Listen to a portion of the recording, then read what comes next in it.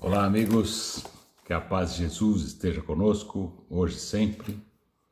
Esta exposição deveria estar sendo realizada no Centro de Estudos Espíritas Caminho da Luz, na cidade de Bertioga, São Paulo, mas em função do momento que vivemos, não é possível a presença física.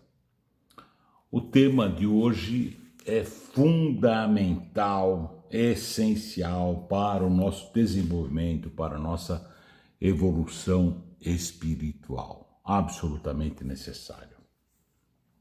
Vamos falar do egoísmo. A base para a nossa reflexão está no capítulo 11 do Evangelho segundo o Espiritismo, que tem por título Amar ao próximo como a si mesmo. E esse tema egoísmo está abordado pelos espíritos Emmanuel e Pascal nos itens 11 e 12.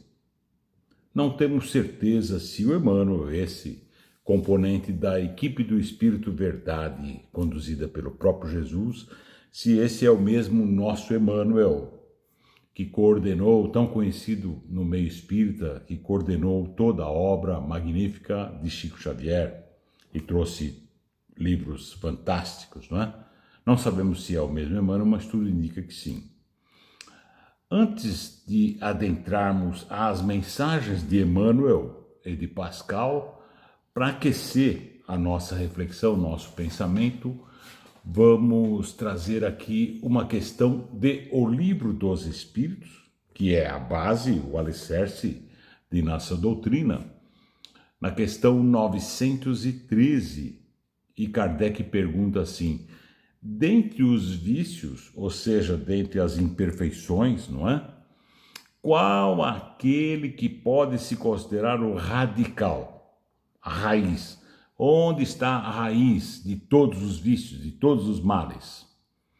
E os espíritos superiores dizem: temo-lo dito muitas vezes, o egoísmo.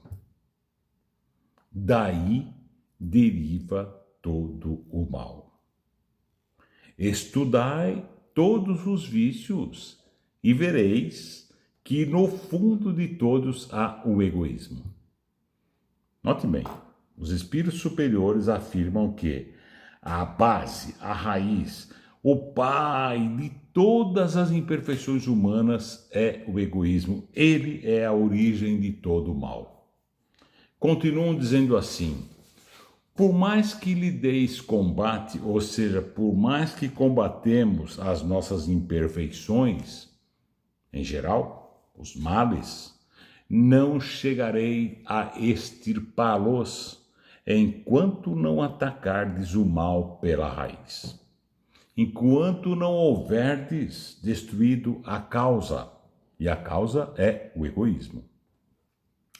Tendam, pois, todos os esforços para esse efeito, porquanto aí é que está a verdadeira chaga da sociedade. Os espíritos superiores definem o egoísmo como a chaga da sociedade terrena. Quem quiser, desde esta vida, eles dizem, ir aproximando-se da perfeição moral, ou seja, aqueles de nós que ainda nesta vida desejarmos sinceramente irmos nos melhorando enquanto espíritos, aproximando-nos da melhoria da perfeição moral, deve expurgar, limpar o seu coração de todo sentimento de egoísmo, visto ser o egoísmo incompatível com a justiça, o amor e a caridade. Não combina. Eles concluem dizendo assim, o egoísmo, neutraliza todas as outras qualidades. Vejam vocês. A pessoa pode até ser mais ou menos nisso ou naquilo, mas se for egoísta, está tudo neutralizado. O egoísmo, meus irmãos, é úlcera moral que degenera o organismo espiritual. Adentrando a mensagem de Emmanuel em O Evangelho segundo o Espiritismo, o Espírito diz assim: o egoísmo é, pois, o alvo para o qual todos os verdadeiros crentes que creem em Deus, todos os verdadeiros crentes devem apontar suas armas, dirigir suas forças e sua coragem. Digo coragem porque dela muito mais necessita cada um para vencer a si mesmo do que para vencer aos outros. Então Emmanuel está dizendo, olha, é necessário muito mais coragem para vencer a si próprio do que para vencer o outro. Vencer a si mesmo significa promover a reforma íntima, a nossa melhoria, que, como sabemos, é a mais difícil batalha do ser humano. Essencial também para esse processo de reforma íntima que a gente promova o autoconhecimento. Conhece-te a ti mesmo. Emmanuel continua dizendo assim, que cada um, portanto, empregue todos os esforços a combatê-lo em si, certo de que, olhe bem o que fala Emmanuel, certo de que esse monstro devorador de todas as inteligências, vou dar uma paradinha aí, monstro devorador de todas as inteligências, significa que, diz Emmanuel, que aquele que cultiva o egoísmo, que não consegue se livrar desse mal, espiritualmente, evolutivamente falando, em verdade não é inteligente. E faz todo sentido, porque qual é o tamanho desta encarnação perante a eternidade que nos aguarda? Portanto, em praticando, em sendo egoísta, você terá consequências espiritualmente falando, a cada um segundo suas obras, é a lei de causa e efeito, e a gente vai colher frutos amargos dessa atitude. Vai ter consequências. Então, não é inteligente. Por isso que Emmanuel diz, esse monstro devorador de todas as inteligências é o causador de todas as misérias do mundo terreno. Não é mole, né? Todas as misérias do mundo têm sua origem no egoísmo. É a negação da caridade e, por conseguinte, o maior obstáculo à felicidade dos homens. Se a gente perguntar para qualquer pessoa, escuta, o que você mais deseja na vida? Eu quero ser feliz. Claro, todos queremos, não é? Ser feliz, obviamente, dentro do que é possível ser feliz no mundo em que nos encontramos, neste plano. Não é? Mas, dizem os espíritos, é inviável, incompatível atingir a felicidade terrena com o egoísmo. Em verdade, ninguém pode estar bem, não é? Em paz, com a consciência tranquila, com as pessoas aqui do seu lado sendo privadas do mínimo necessário. Não tem como ser feliz. Um dia desses, conversando com uma pessoa próxima, e essa pessoa tem muitas posses materiais, mesmo, ela me disse assim, eu tenho mais do que mereço, porém menos do que eu gostaria. Vou repetir. Tenho mais do que mereço e menos do que gostaria. Eu fiquei quieto, mas me pus a pensar. Se essa pessoa tem mais do que merece, é porque não merece o que tem. E assim deveria ajudar o próximo com o excesso, aquilo que ela não merece. Faz sentido, né? Seria bom para ela. E ainda mais, o complemento da frase. Se tem mais do que merece, não deveria desejar acumular mais ainda sem merecer, não é? É uma questão de princípios. Já que falamos de felicidade, vou trazer para vocês aqui, não vou nem cobrar nada, hein? Uma fórmula muito simples para ser feliz. São 3 itenzinhos só. simples de falar, fácil de falar, que difícil de fazer. Sabe quais são? 3 itenzinhos, olha aí. O primeiro, posse do necessário. Primeiro item para ser feliz, ter a posse do necessário. A posse do supérfluo infelicita o homem. Eu estou me referindo aqui, meus irmãos, ao supérfluo do supérfluo, né? Como a gente vê por aí. Então, item 1, receita da felicidade, posse do necessário. 2, item 2, paz de consciência. Ou seja, o sentimento do dever cumprido. Tá ok? E terceiro item para ser feliz, a fé no futuro. Né? Crer em Deus, ter esperanças e fé no futuro. Posse do necessário, paz de consciência, fé no futuro. Bora! Emmanuel continua dizendo, é a esse antagonismo entre a caridade e o egoísmo, a invasão do coração humano por essa lepra, que se deve atribuir o fato de ainda o cristianismo não ter desempenhado por completo a sua missão. Ou seja, com propriedade, Emmanuel diz que o cristianismo não avançou mais no planeta em função dessa chaga. O próximo item, item 12, trazido por Pascal, ele inicia assim: se os homens se amassem com mútuo amor, mais bem praticada seria a caridade. Mas para isso, mister fora vos esforçasseis para largar esta couraça. Pascal então chama o egoísmo de couraça, que vos cobre os corações, a fim de se tornarem eles mais sensíveis aos sofrimentos alheios. Pascal diz, a rigidez mata os bons sentimentos. O egoísta, meus amigos, ele quer a sua própria satisfação antes e acima de tudo e de todos.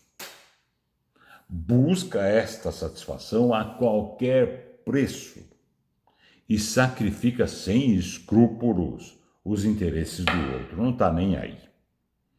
Resultam daí todos os conflitos sociais e todas as misérias humanas.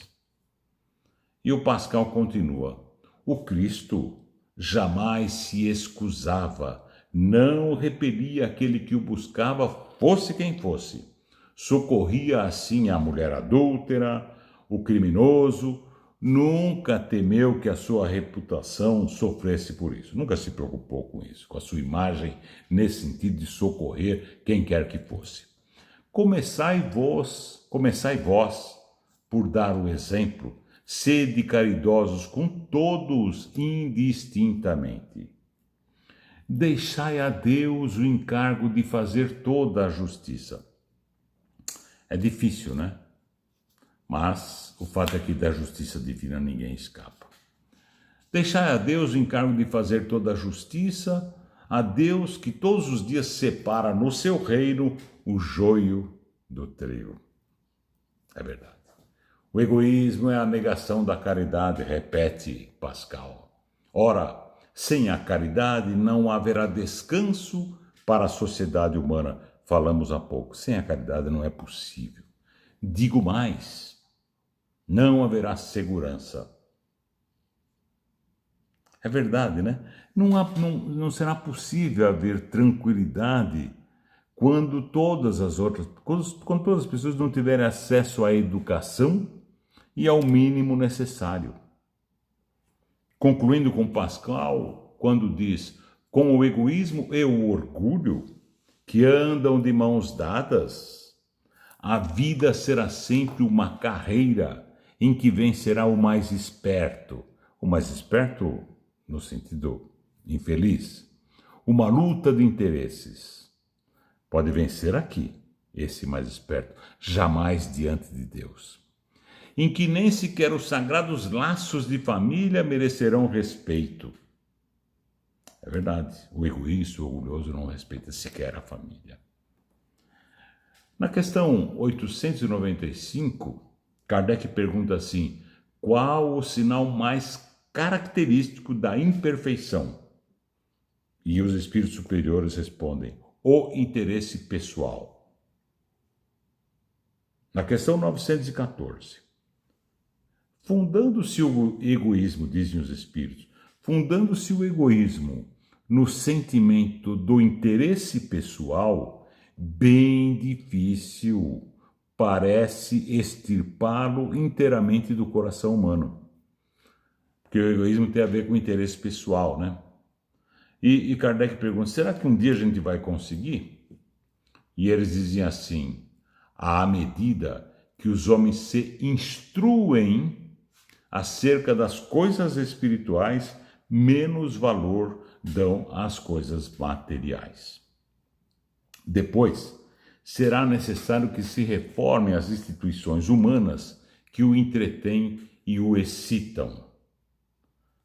E concluem essa questão dizendo assim: isso depende da educação.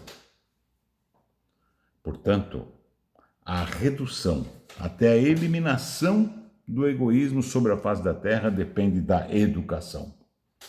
Mas, meus amigos, estamos falando da educação que faz homens melhores. Não se trata necessariamente da educação acadêmica. Educação que faz homens melhores, homens de bem, fraternos, indulgentes, caridosos. Questão 917. Eles dizem assim, os espíritos superiores: de todas as imperfeições humanas, a mais difícil de desenraizar é o egoísmo, porque se liga à influência da matéria. Tudo a ver, né? Tudo concorre para entreter essa influência, as leis dos homens, a organização social e a educação. A educação nos moldes atuais estimula o egoísmo. Quer ver uma coisa? Todo mundo diz assim: meu filho, minha filha, tem que ser alguém na vida. Educamos o modelo da sociedade, da família. A gente educa os filhos para exercerem altos postos, para terem poder, dinheiro. É isso. Na verdade, ser alguém na vida é ser uma pessoa de bem. E isso é ser alguém na vida. Pensemos nisso. A educação é o caminho para a redução desse grande mal, dessa chaga do planeta. Sobre nossos filhos, o grande Santo Agostinho, em o Evangelho segundo o Espiritismo, nos alerta dizendo assim: o espírito que encarna vem do espaço para progredir. Essa é a razão da encarnação. Assim que não compramos com a missão, assim que compramos com a missão que nos foi confiada, com o nosso dever, que é aproximar essa alma que Deus concedeu aos nossos cuidados, aproximá-la de Deus. E Santo Agostinho conclui dizendo: vossos cuidados e a educação, de novo, vossos cuidados e a educação que lhe derdes a ajudarão a aperfeiçoar-se e a construir o seu bem-estar futuro. Sabemos que a primeira infância, que vai mais ou menos do período até os 7 anos, é absolutamente precioso, essa primeira infância. A partir dos 7 anos, o caráter milenar, sabe que todos nós temos muitos milênios de existência enquanto espírito humano. A partir dos 7 anos é que de fato completa-se a encarnação, não é? E o caráter milenar daquele espírito vem à tona. E se até os 15 anos, aproximadamente, não se tem aproveitado a infância para se consolidar uma boa educação, provavelmente esse espírito reincidirá nas mesmas quedas do passado, comprometendo a sua encarnação. Portanto, temos nós, cuidadores em geral, pais, tios, avós, enfim, as pessoas que convivem com as crianças, devem observar com atenção os menores sinais que possam revelar tendências da criança para o orgulho, a vaidade e o egoísmo. Olha, se você prestar atenção, os bebês, as crianças dão muitas dicas desse tipo de comportamento. E caso identifique uma situação desse tipo, tratem de combatê-lo de imediato. Não permita que esses males criem raízes. Como vimos, recebemos nossos filhos com a nobre missão de ajudá-los em seu processo evolutivo. Essa é a função da paternidade e da maternidade. Assim, a primeira e a mais importante escola é o lar. Amar é conviver e educar. Quem ama, educa, e quem educa, salva. Emmanuel, esse sim, com certeza, o mentor de nosso querido Chico Xavier, no livro O Consolador, pela psicografia do Chico, na questão 110, diz assim: os estabelecimentos de ensino, a escola, o mundo, podem instruir, mas só o Instituto da Família pode educar. A universidade poderá fazer o cidadão, mas somente o lar pode edificar o homem. Não é difícil de concordarmos com isso se a gente vê muita gente bem nascida que frequentaram escolas de alto nível, universidades, etc. A gente vê a realização de trotes absurdos, queimando mendigos nas ruas, né? Gente muito bem instruída, né? Praticando a corrupção. Falta a educação do lar. É muito comum hoje, em função das dificuldades aí com o meio ambiente, a gente falar que temos que deixar um planeta melhor para os nossos filhos. É verdade. Mas quem sabe a gente podia pensar em deixar filhos melhores para o nosso planeta. Se assim fizermos, em eles, sendo melhores, saberão cuidar muito bem do planeta. Novamente, Emmanuel, no livro Fonte Viva, na lição 30, diz assim: educa e transformarás a irracionalidade em inteligência, a inteligência em humanidade e a humanidade em angelitude. O Espírito Verdade, em Evangelho segundo o Espiritismo, diz assim, todos conhecemos essa orientação, mas vale sempre lembrar: espíritas, amai-vos, este o primeiro mandamento, instruí-vos, este o segundo. Não há crescimento sem educação. Immanuel Kant, filósofo, diz assim: é no problema da educação que se assenta o grande segredo do aperfeiçoamento da humanidade. Para resumir, a educação é o único caminho que pode mudar o atual estado das coisas, onde ainda predomina o egoísmo. É ela, a educação, que nos conduzirá a um mundo melhor, mais fraterno e, portanto, mais feliz. Óbvio, imprescindível, o Evangelho de Jesus na formação moral da criança. O Espírito João de Deus, através de Chico Xavier, nos diz assim: se desejas teu caminho repleto de paz e luz, traze o amor de teu filhinho ao santo amor de Jesus. Claro que a prática do Evangelho do Lar, nesse sentido, tem uma enorme importância. As crianças devem participar do Evangelho no Lar. Outro poeta, Casimiro Cunha, também pelo Chico, diz assim: não esqueças que a criança, no caminho vida fora, vai devolver-te mais tarde o que lhe deres agora. Meus irmãos, a vida é feita de escolhas. Cada uma das nossas decisões gera uma consequência, boa ou má. Colhemos e colheremos exatamente o fruto daquilo que plantamos, que plantarmos. Ninguém colhe flores se semeou espinheiros. E Emmanuel conclui sua mensagem em O Evangelho segundo o Espiritismo sobre o egoísmo, e nós vamos caminhando para a nossa conclusão também.